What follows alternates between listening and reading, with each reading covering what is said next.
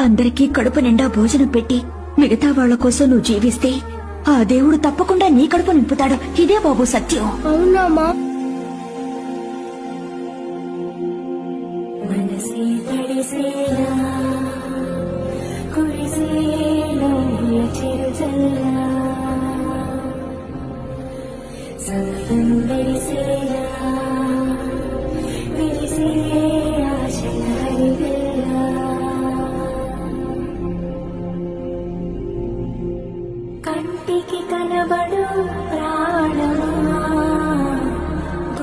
అందరికీ కడుపు నిండా భోజనం పెట్టి మిగతా వాళ్ల కోసం నువ్వు జీవిస్తే ఆ దేవుడు తప్పకుండా నీ కడుపు నింపుతాడు. ఇదే బాబు సత్యం. అవునామా?